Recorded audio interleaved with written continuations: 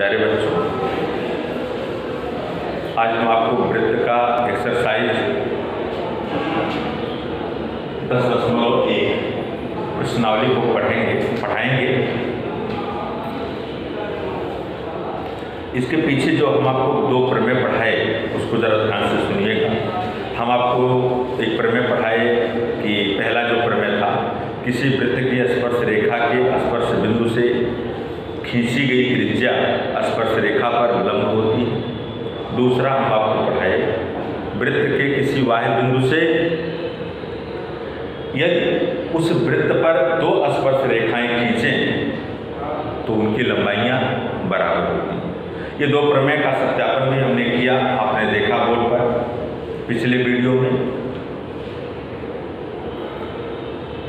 UP board की किताब में अगर आप इस राइटर को छोड़ करके अगर आप जाएंगे, इस चैप्टर को पुराने बुक में आप देखेंगे तो कुछ और भी प्रमेय थे जिनका यूज सवालों में शायद होगा। तो उसमें से कुछ महत्वपूर्ण प्रमेय और हैं जिनको आपको जानना चाहिए।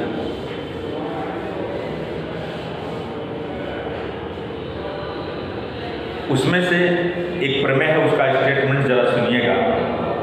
यदि किसी वृत्त पर एक जीवा ली जाए और जीवा के किसी एक बिंदु से किसी एक छोर से यदि एक स्पर्श रेखा खींची जाए तो जीवा तथा स्पर्श रेखा के बीच बना कोण संगत एकांतर खंड में बनाए गए कोण के क्रमशः बराबर होते हैं। जैसे आप ले लीजिए, हम क्या बोल गए, हमने कहा आपसे एक सर्किल हमने लिया, यहां जरा देखिए,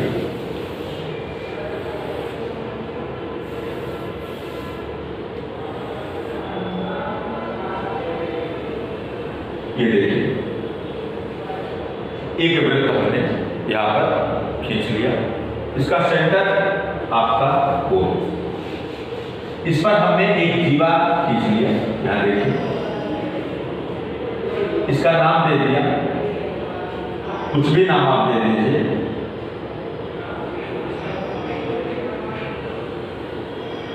याद रखना AB।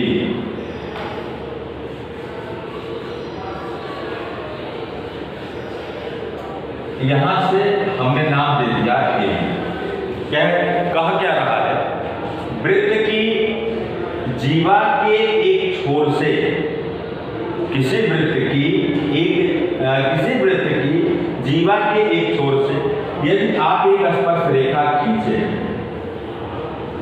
याद रखें, इसका नाम आप देंगे PQ। तो जीवा तथा स्पर्श रेखा के बीच बना हुआ कोण, याद रखिए। अब आप कह सकते हैं सर जीवा और स्पर्श रेखा के बीच कोण इधर भी तो बना, इधर भी तो बन सकता, तो बना लो, कोई दिक्कत नहीं है, ये भी कोण हम यूज करेंगे। अब क्या, जीवा तथा स्पर्श रेखा के बीच बना कोण संगत एकांतर खंड में बनाए गए कोण के बराबर होता है। मतलब संगत एकांतर खंड का मतलब इधर का पोर्शन, अगर आपने यह जीवा और इधर स्पर्श रेखा लिया है और इस कोण को यूज किया है तो इसको छोड़ करके इसका एकांतर खंड इधर रखा, इसकी शेष परिधि पर कोई भी पॉइंट आप कहीं पर ले लो, आपने C ले लिया, आप यहां से जीवा के छोर से इसको मिला, ये जरा देखो, जीवा के छोर से इसको आप मिला याद रखना, और इसको आप यहां से मिला, ये देखो। तो यह कोण जो आपने यहां लाइनिंग किया है, यह कोण इस कोण के इक्वल होगा। अब जरा दूसरी बात सुनिए, आप कह सकते हैं सर जीवा है, यह स्पर्श रेखा है, तो इधर भी तो कोण बना, तो बिल्कुल बना, हमने कब करा दिया बना, ये देखिए बना। अब इसका एकांतर, ये जीवा, ये स्पर्शी, इसके साथ इसका एकांतर खंड ये आपका, इस पर इसके परिधि पर आप कोई पॉइंट ले लें यहां, और यहां से अब आप जीवा के छोर से आप मिलाओ, ये जरा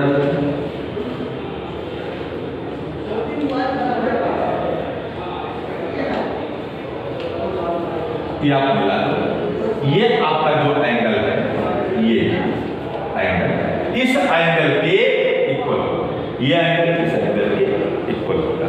यही आपका प्रमेय है। फिर से सुन लीजिए, किसी वृत्त की जीवा के एक छोर से खींची गई स्पर्श रेखा तथा जीवा के बीच बना कोण संगत एकांतर खंड में बनाए गए कोण के क्रमशः बराबर होते हैं। यानी यह कोण इस कोण के बराबर होगा और यह कोण इस कोण के बराबर होगा।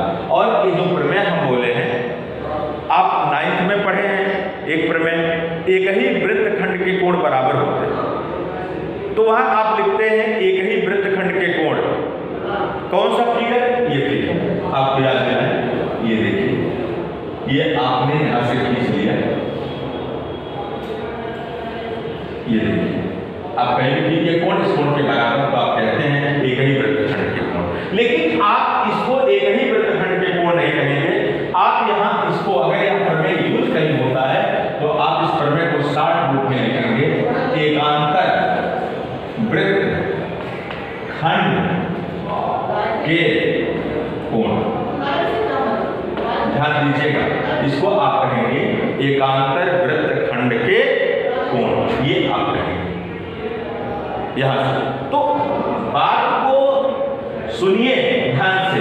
प्रमेय, मैंने कहा प्रमेय बहुत इजी होता है, लेकिन समझ में अगर आपको आ रहा है तो बहुत इजी हो जाएगा।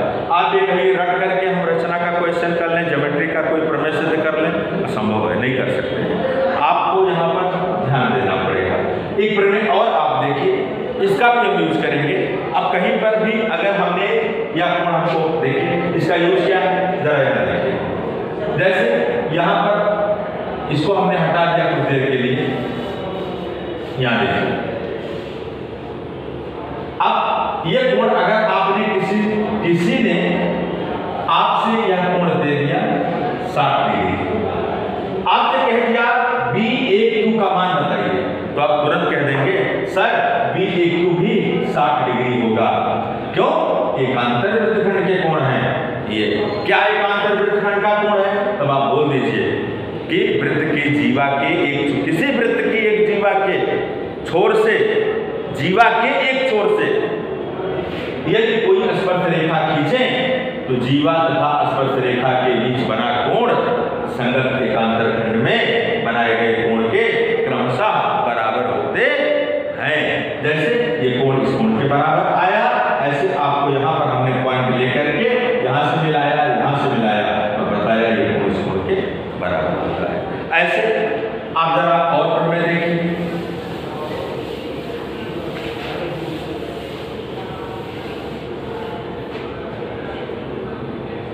दो वृत्त एक दूसरे को वाह्य स्पर्श करते हैं। दो वृत्त जैसे अलग अलग त्रिज्या का ले लीजिए, दो वृत्त है, एक आपने देखिए यहां पर खींचा, यहां से सुनिएगा ठीक से, दो वृत्त है,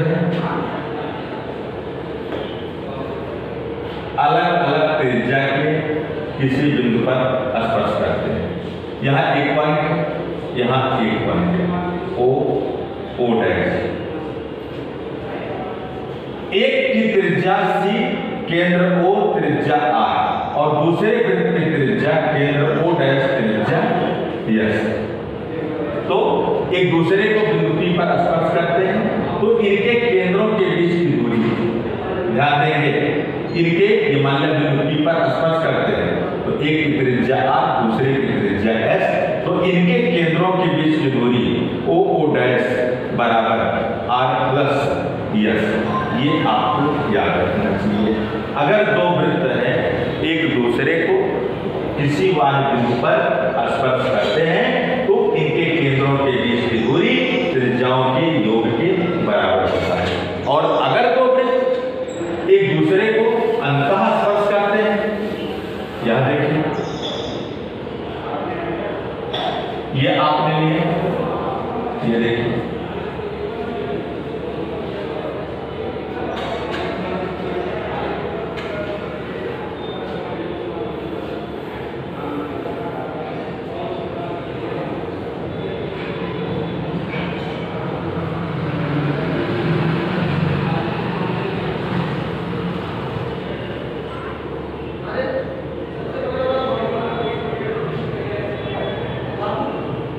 ये देखिए, एक का केंद्र आपका O डैश है,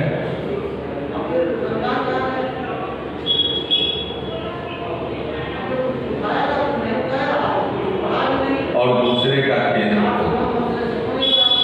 हमसे पूछ रहा है इनके केंद्रों के बीच की दूरी क्या है। जो आपका बड़ा सर्किल, इसका केंद्र O है, त्रिज्या R है, और जो आपका ये छोटा सर्किल है, इसका केंद्र O डैश, त्रिज्या S।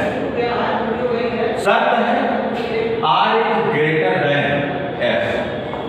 ये आपका है, यानी ये आपका बड़ा वृत्त है और ये आपका छोटा वृत्त है। अब हमसे कह रहा है इनके केंद्रों और ये एक दूसरे को बिंदु P पर क्या करते हैं, स्पर्श करते हैं।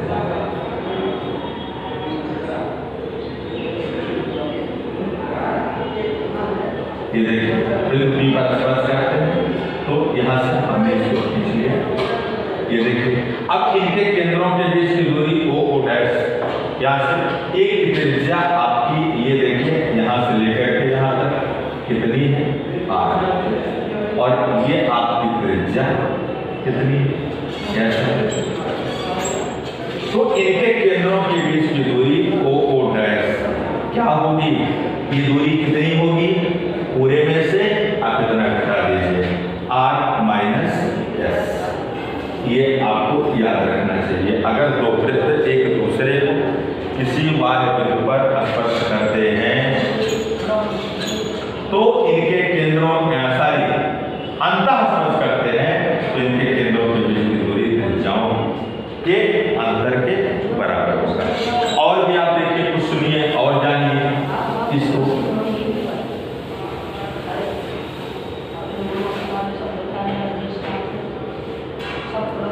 किसी वृत्त की दो जीवाएं वृत्त के अंदर या वृत्त के बाहर किसी बिंदु पर प्रतिच्छेद करती हैं, तो उन जीवाओं के खंडों से निर्मित आयत के क्षेत्रफल बराबर होते हैं। यदि किसी वृत्त की दो जीवाएं वृत्त के अंदर या वृत्त के बाहर किसी बिंदु पर प्रतिच्छेद करती हैं, तो उन जीवाओं के खंडों से निर्मित आयत के क्षेत्रफल बराबर होते हैं। यहां जरा ध्यान से सुनिएगा।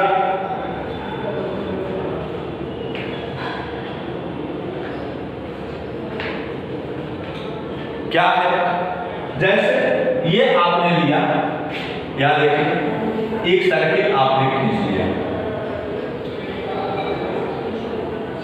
फर्स्ट कंडीशन हमने लिया, वृत्त की दो जीवाएं वृत्त के अंदर। अब देखिए, ये आपका केंद्र है, कोई भी दो जीवा आप ले लीजिए, एक आपने ये खींच लिया, दूसरी जीवा आपने ये खींच लिया। यहां से नामकरण कर दीजिए A, B, C, D। कहां, बिंदु P पर प्रतिच्छेद करते हैं।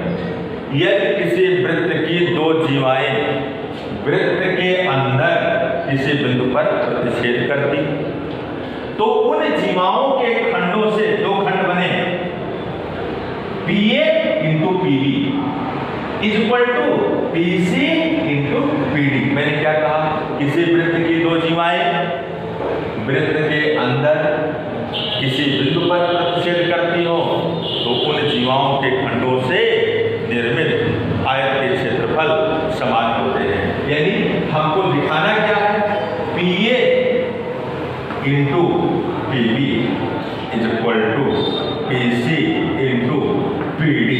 इन सबका निगमन इस लाते नहीं करा रहे हैं, आपकी बुक में नहीं है, पुरानी बुक में आपको इसका निगमन मिलेगा। सवालों में सवाल के रूप में इस प्रमेय का उपयोग हुआ है, इसलिए आपको बता रहे हैं, और ना भी उपयोग हुआ हो तो कम से कम जानना चाहिए। अगला इसी का देखिए, अगर ये दूसरा कंडीशन है, अगर ये देखिए दो जीवाएं हैं, क्या देखिए एक सर्किल हमने लिया, वृत्त की क्या दो जीवाएं वृत्त के अंदर या वृत्त के बाहर, वृत्त के अंदर की बात हो गई, वृत्त के बाहर आइए लिया है, यहाँ देखिए, यहाँ से हमने ले लिया, ये देखिए क्या नाम दिया जाए, यहाँ देखिए ए बी सी डी, वृत्त बी।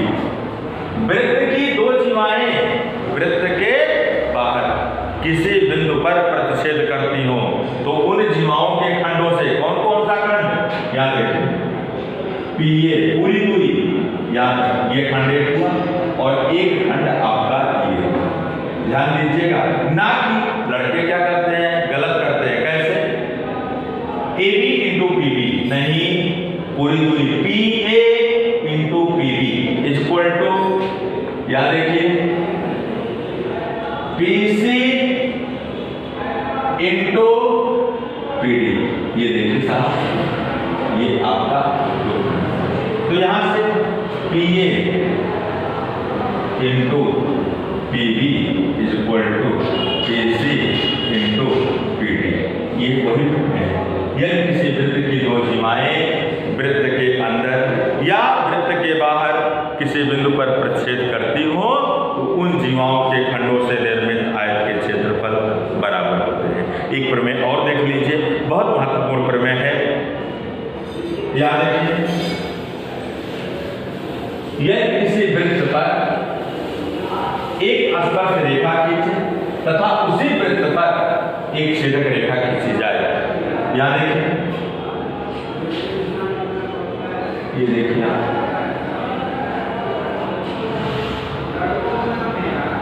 यदि किसी वृत्त पर एक स्पर्शी खींचे,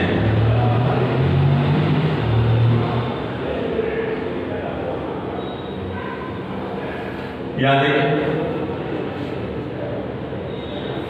यदि किसी भी वृत्त पर एक स्पर्शी खींचे जिसका स्पर्श बिंदु P या A और उसी वृत्त पर एक हम छेदक रेखा खींचे जो एक दूसरे को बिंदु P पर प्रतिच्छेद करता है, यहां से नाम दे दिया सी डी।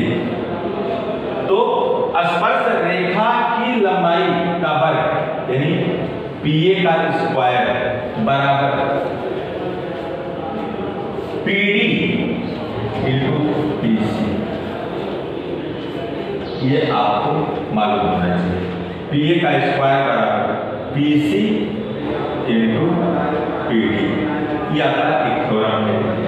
ये प्रश्न बहुत पूछा गया है कि वृत्त किसी वृत्त की किसी भी वृत्त पर एक किसी बिंदु से एक स्पर्श रेखा खींचा जाए और उसी वृत्त पर यदि एक छेदक रेखा खींची जाए और दोनों रेखाएं एक दूसरे को किसी बिंदु पर मिलती हो तो स्पर्श रेखा का वर्ग छेदक रेखा के खंडों से निर्मित आयत के क्षेत्रफल के बराबर होते हैं। ये देखिए PB, एक खंड ये हुआ और एक खंड ये हुआ। पुरानी किताब उठा के देखोगे तो आपको ये सब प्रमेय आपको मिलेंगे, ठीक है। सबका नियमन है, ऐसा नहीं किसी का नियमन नहीं है। अब आइए जरा आपको प्रश्नावली पर ले चलते हैं।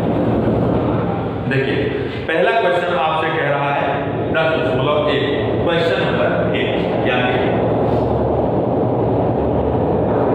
कह रहा है एक वृत्त की कितनी स्पर्श रेखाएं हो सकती हैं।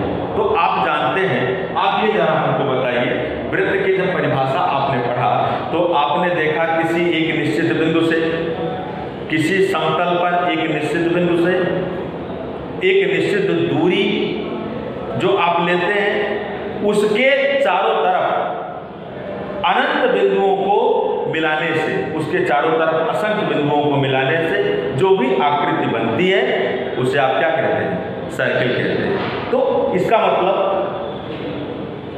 जो आपने एक निश्चित बिंदु लिया, एक निश्चित दूरी लिया, उस निश्चित दूरी के चारों तरफ आपने क्या लिया, असंख्य बिंदु लिया। तो अगर ये असंख्य बिंदु को लिए हैं आप और इन असंख्य बिंदुओं को मिलाने से जो भी आकृति आपके लिए बना वो सर्किल कहलाया। तो अगर इसकी परिधि पर असंख्य बिंदु है तो इसका मतलब असंख्य स्पर्श असंख्य का मतलब अपरिमित, अपरिमित का मतलब जिसका आकार सीमित ना हो। परिमित माने जिसका आकार सीमित हो और अपरिमित माने जिसका आकार सीमित ना हो। तो इसका मतलब इस वृत्त की परिधि पर अगर असंख्य बिंदु हैं, अपरिमित बिंदु हैं, तो अपरिमित रेखाएं, स्पर्श रेखाएं हम खींच सकते हैं। पहले प्रश्न का उत्तर आपको मिला। दूसरा कह रहा है रिक्त स्थानों की पूर्ति कीजिए। ध्यान दीजिएगा, क्वेश्चन नंबर 2 पहले का आंसर है अपरिमित। अगर आपको लिखना होगा तो वृत्त की कितनी स्पर्श रेखाएं खींच सकते हैं? वृत्त की अपरिमित स्पर्श रेखाएं खींच सकते हैं। क्वेश्चन नंबर 2 याद रखिए, आपको फिलअप करना है। क्वेश्चन नंबर 2 में क्या कह रहा है? रिक्त स्थानों की पूर्ति कीजिए। किसी वृत्त की स्पर्श रेखा उसे, अब आप बताइए जरा सा, उसे बिंदुओं पर प्रक्षेप करती है। तो किसी वृत्त की स्पर्श रेखा, पहला प्रमेय अगर आपको याद हो तो किसी भी वृत्त पर अगर आप स्पर्श रेखा खींचते हैं, छेदक रेखा नहीं, स्पर्श रेखा, तो स्पर्श रेखा उस वृत्त को कितने बिंदु पर प्रक्षेप करती है? एक बिंदु। अगर वह स्पर्श रेखा है तो वह वृत्त को केवल एक बिंदु पर ही टच करेगी, प्रतिच्छेद करेगी। तो एक बिंदु आप भर लेंगे। क्यों? क्योंकि वही एक पॉइंट होता है जो वृत्त और रेखा का कॉमन पॉइंट होता है। अब देखिए दूसरा, वृत्त को दो बिंदुओं पर प्रक्षेप करने वाली रेखा को क्या कहते हैं? आपको याद होगा, हम आपको जब चैप्टर की शुरुआत किए थे तो कुछ इंट्रोडक्शन दिए थे, तो उसमें आपको कहे थे यदि कोई रेखा किसी भी वृत्त को दो बिंदुओं पर प्रक्षेप करे तो वह वृत्त की छेदक रेखा कहलाती है। तो यहाँ वही प्रश्न है, यदि वृत्त को दो बिंदुओं पर प्रक्षेप करने वाली रेखा को कौन सी रेखा कहते हैं भैया? छेदक रेखा कहते हैं। ठीक है, आप वहाँ छेदक फिलअप करेंगे। फिर देखिए तीसरा है, एक वृत्त की समांतर स्पर्श रेखाएं हो सकती हैं। तो यहाँ जरा देखिए, एक वृत्त की, अब एक वृत्त अगर आपने खींच लिया तो आप जरा बताइए कि क्या कितनी समांतर रेखाएं हो सकती हैं? तो मान लें ये आपने एक स्पर्शी, कितनी समांतर स्पर्श रेखाएं हो सकती हैं? यही आपसे कहा है समांतर स्पर्श रेखाएं। तो अगर आपने यहाँ पर लिया है, ये आपका है, तो यहाँ से समांतर इसके केवल यहाँ एक ऐसा पॉइंट होगा जो इसके समांतर आपका खींच उठेगा। तो केवल कितनी रेखाएं हो सकती हैं? मैक्सिमम 2। ठीक है, अगला क्या है? वृत्त तथा उसकी स्पर्श रेखा के उभयनिष्ठ बिंदु को, वृत्त तथा उसकी स्पर्श रेखा के उभयनिष्ठ बिंदु को, वृत्त तथा उसकी स्पर्श रेखा के उभयनिष्ठ बिंदु को क्या कहते हैं? स्पर्श बिंदु कहते हैं। यहां जरा इसको सुन लीजिए, जैसे ये है,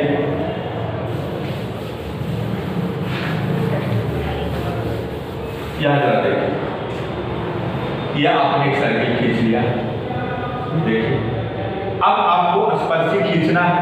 अगर स्पर्शी खींचना है तो आपको मैंने पहले बताया कि स्पर्शी अगर आप खींचते हैं किसी वृत्त पर तो इस रेखा का जो पॉइंट होगा एक पॉइंट और उस वृत्त का एक पॉइंट दोनों कॉमन हो जाएंगे, यानी दोनों एक ही बिंदु हो जाएंगे। तब वह क्या होगा? वह उस रेखा का स्पर्श रेखा होगा और वह बिंदु उस बिंदु को